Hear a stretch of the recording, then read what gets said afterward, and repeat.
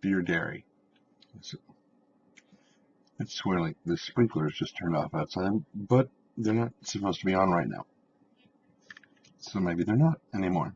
Anyway, um, I figure my hair is just going to get weirder and weirder and weirder until I look like that guy that's, featured in all um, those alien conspiracy things with the hair that goes up, and he's like, aliens, that, whatever, that picture of that dude. I figure that's the way my hair is going. So maybe I should become a conspiracy theory nut or something along those lines. Excuse me. Goodness. Well, it is 1:30 in the morning, so I am a little bit on the sleepy side. While I'm doing this, I'm going to check my iPad, and see if I left myself any notes as to what I was going to be talking about today. Yes, I did. In fact, this is something I mentioned yesterday and had completely forgotten about it. And that's why it's important to write notes, kids. I know I'm right. So I mentioned yesterday that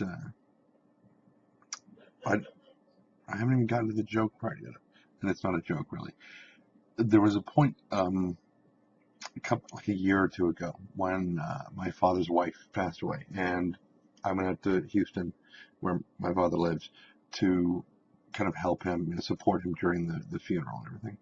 And I was on the plane. I got on the plane in San Francisco, or excuse me, in San Jose, which is that way, as opposed to San Jose, which is that way. No, San Jose, which is that way, and San Francisco, which is that way. Anyway, so well, relative to you, it's probably not those directions, but anyway, suffice to say, that's, well, so I was on the plane, and we're about to take off. We're taxiing onto the runway to take off, and the guy next to me, who was really quite cute, he clearly did not like flying. He's kind of white knuckling the arms of the chair. I was like, don't care for flying very much. He's like, no, I don't mind flying. It's the takeoff and the landing I don't like. And I was like, oh, okay. And he's like, so, talking to people, kind of helps if that's okay. I'm like, yeah, that's fine. He's like, so, what? Actually, no, I'm sorry. He didn't say that. He said that later.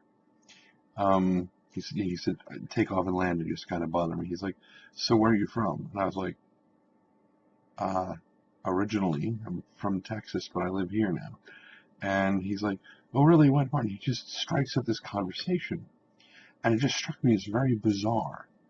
And I guess it's an indicator of how long I've been out of the South, where that sort of thing is very common. It's very common to talk to the person next to you. Doesn't matter where you are. If you're sitting at the food court at the mall, it's not uncommon to, strike up a conversation with the person next to you, or if you're at a restaurant or something, to kind of look over and say, oh wow, what did you guys get? Because you're looking at the menu, but the people next to you are eating something that looks really good, especially if they're enjoying it. That anyway. Here in the Bay Area, and maybe this is true of urban areas and whatnot, I'm not sure. Like I said, I don't like cities very much. It seems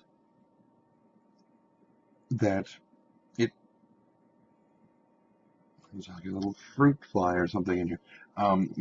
Would you go somewhere else for a while? I'm trying to record something. Fine, sit on the keyboard. For example, in the last three houses I've lived in, I have no idea what the neighbors on either side, what their names were. No clue. No idea whatsoever. 3 houses ago, I knew the guy who lived on the left side because he was a cop. And when a cop lives next door to you, you get to know them. It's kind of important to get to know, people like that live in your neighborhood. Truth be told, it's important to get to know people who live in your neighborhood.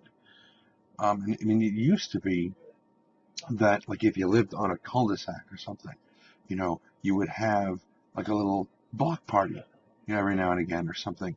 You would have a time when you would basically close off the street and you would set up tables and everybody would prepare like a family dish or something, and you would just have a big party. Everybody on the block would come down, and it's especially common in cul-de-sacs because there's not a lot of through traffic. And if everybody's at the block party, then there's nobody driving through because they're all there. But it's just odd somehow that here, and it's a little bit close my CD tray so if the video skips, that's what it is. It also seems a little bit hypocritical of me to be not necessarily complaining about this, but saying it, and then I can guarantee you that over the next couple of months or weeks or days or whatever, I'm still not going to get to know the people on either side. It just won't happen because it just doesn't happen around here. I don't know why that is. But you go away, please. I am not a piece of fruit. Very strange that. Anyway, so today, I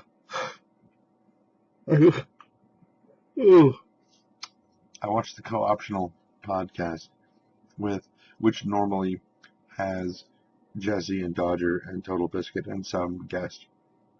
Apparently, Total Biscuit was off doing something, and Wow Crandor took over the role of running the podcast, and a little bit more freeform than the more structured format that Total Biscuit uses. And of course they had Dracula Cat was in the bottom right corner. And what do you want? Seriously, if you're just gonna bounce against me all night long, just go somewhere else. I had a moth do that once. I had this dream where in the dream I was getting a tattoo with a laser on the back of my arm, sort of like Casper Van Dien did in Starship Troopers, where he was getting the laser tattoo. I was doing the same thing. I wasn't getting the same tattoo, and I couldn't see what the tattoo was, but I could feel, the laser impacts on my arm, and it turns out that what it was is there was a moth in my room that was, bouncing against the back of my arm, kind of fluttering against the back of my arm, and that sensation was translating into the dream and being incorporated into it. My brain does that kind of crazily. It's a problem I have with alarms. Like if somebody sets their radio alarm, because a lot of people are like, oh, I just set it to rap because that'll wake me up all the time. That won't work for me, because if it's music, the music just gets incorporated into the dream. I will simply be driving through a neighborhood, or there'll be a car in the dream that's driving by that's playing rap on the radio or whatever, or a neighbor will be playing rap. However it is, the music gets incorporated into the dream in a way that makes sense, so I don't pay any attention to it, and as such it doesn't work. But an alarm, that's my brain recognizes that as this is something you need to pay attention to. Excuse me. And so it wakes me up eventually. It might be a while before it wakes me up, as long as it's usually no more than a minute. But yeah, it can be a little bit whatever.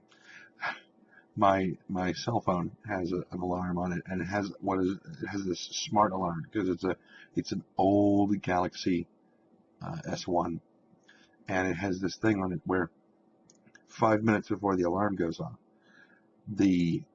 it starts playing this little song, and the display starts to slowly brighten, and you can hear like rain or a river flowing and wind blowing through the trees, and it slowly gets louder and louder and louder before the alarm goes off.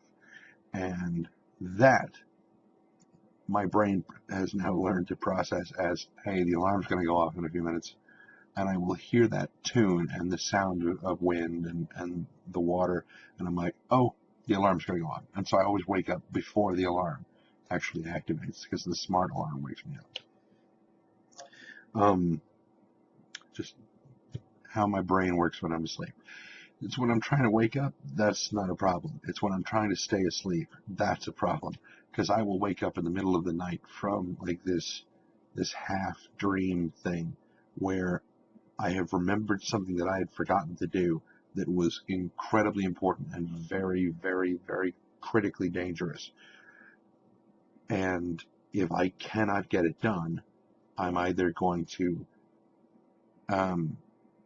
go to jail, or something really freaking bad is going to happen. And I wake up and I am absolutely convinced that it's real. And it takes 3 or 4, maybe sometimes 5 minutes before I sort out the differences between what I was dreaming and what the reality of the situation is, because they're so interwoven, because I'm not quite asleep while it's going on. And so there's too many elements of reality that are knitted through it, that it takes longer to unravel it and figure out what is real and what is not. And so I start panicking over. Of course, the more I panic, the longer it takes me to figure it all out. Really creepy. I hate it when that happens. And it happens a lot. Paranoia. So let's see. Not much else. Today was TMI Tuesday on Twitter. I really didn't participate in that at all. And tomorrow is, well, today is Wednesday. I'm going to have to double check on my unemployment, make sure that went through, because I haven't heard from them yet. I filed online on Sunday, but I didn't hear from them yesterday and I didn't hear from them today, so I'm going to have to call them tomorrow, well, today, and make sure that they got the application, that everything's in order, and that I can expect those, claim forms to start showing up, because I don't have a whole lot of cash saved up. Aside from that, not a whole lot. Just more, voiceover job hunting and a lot of other stuff like that. It seems like there was something else, but I can't remember what it was. All right. A lot of Saints Row 4 footage going up lately. A lot of Hearthstone. That's a game that's starting to pique my interest to the point that I'm like, that looks like that could be fun. I've never really been into card games or anything. Never got into Magic or anything. Or back in my youth, Pogs. Woo! But for some reason, Hearthstone, I think it's the same thing. Well, the same thing as it was with Magic. The only thing that, like Magic the Gathering and whatnot, that had any appeal for me was the art. And I love the card art. In particular, the one that sticks out the most in my mind is the Heirloom Minotaur. I love the artwork on that. It's absolutely beautiful. And I love the card art for, all of the art for Hearthstone. It's absolutely beautiful. If I could just get a hold of the artwork, I'd be thrilled. I'd be willing to pay for the artwork, because I don't really want to play the game, but I'd love to collect the artwork. I think that would be brilliant. It's absolutely beautiful. I love it. Yeah, but I'm not even sure if there's a possibility of doing that. That's something else I could probably look into tomorrow. Yeah. And I got to go to the store. I've been craving ramen all day, like the packets of Nissin or Top Ramen. Mad craving for that today, all day long. And what I usually do is I go to the store and I get the big, like half pallets of beef and chicken and pork. and then I buy boneless chicken breasts, and I buy some hot dogs, and I buy some carrots, and occasionally I buy a bag of potatoes, and I will feed on that for like weeks. I mean, that's what I eat for weeks, and I just rotate through flavors. Amazingly, if you combine beef and pork, they actually taste pretty good mixed together. Anyway, so gotta go grocery shopping tomorrow. Get some stuff. So there's kind of a vague plan. Rock and roll.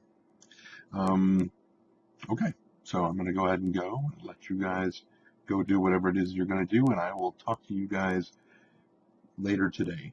So until then, be careless.